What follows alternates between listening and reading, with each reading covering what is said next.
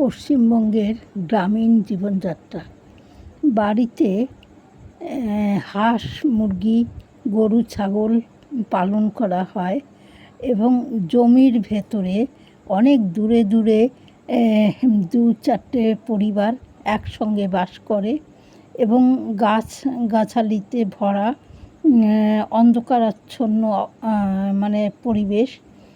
তার মধ্যে লাইট, কারেন্টের ব্যবস্থা নেই এবং এখানের অনেক ছেলেমেয়েদের কোলাহল আর চেঁচামেচি হইচইয়ের মধ্যে কাটে।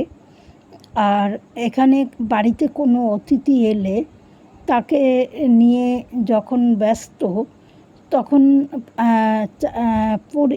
পাশের পরিবার থেকে এসে লোক মানে এখানে এসে জড়ো হয় এবং দুর্গাপুজো শুরু হচ্ছে।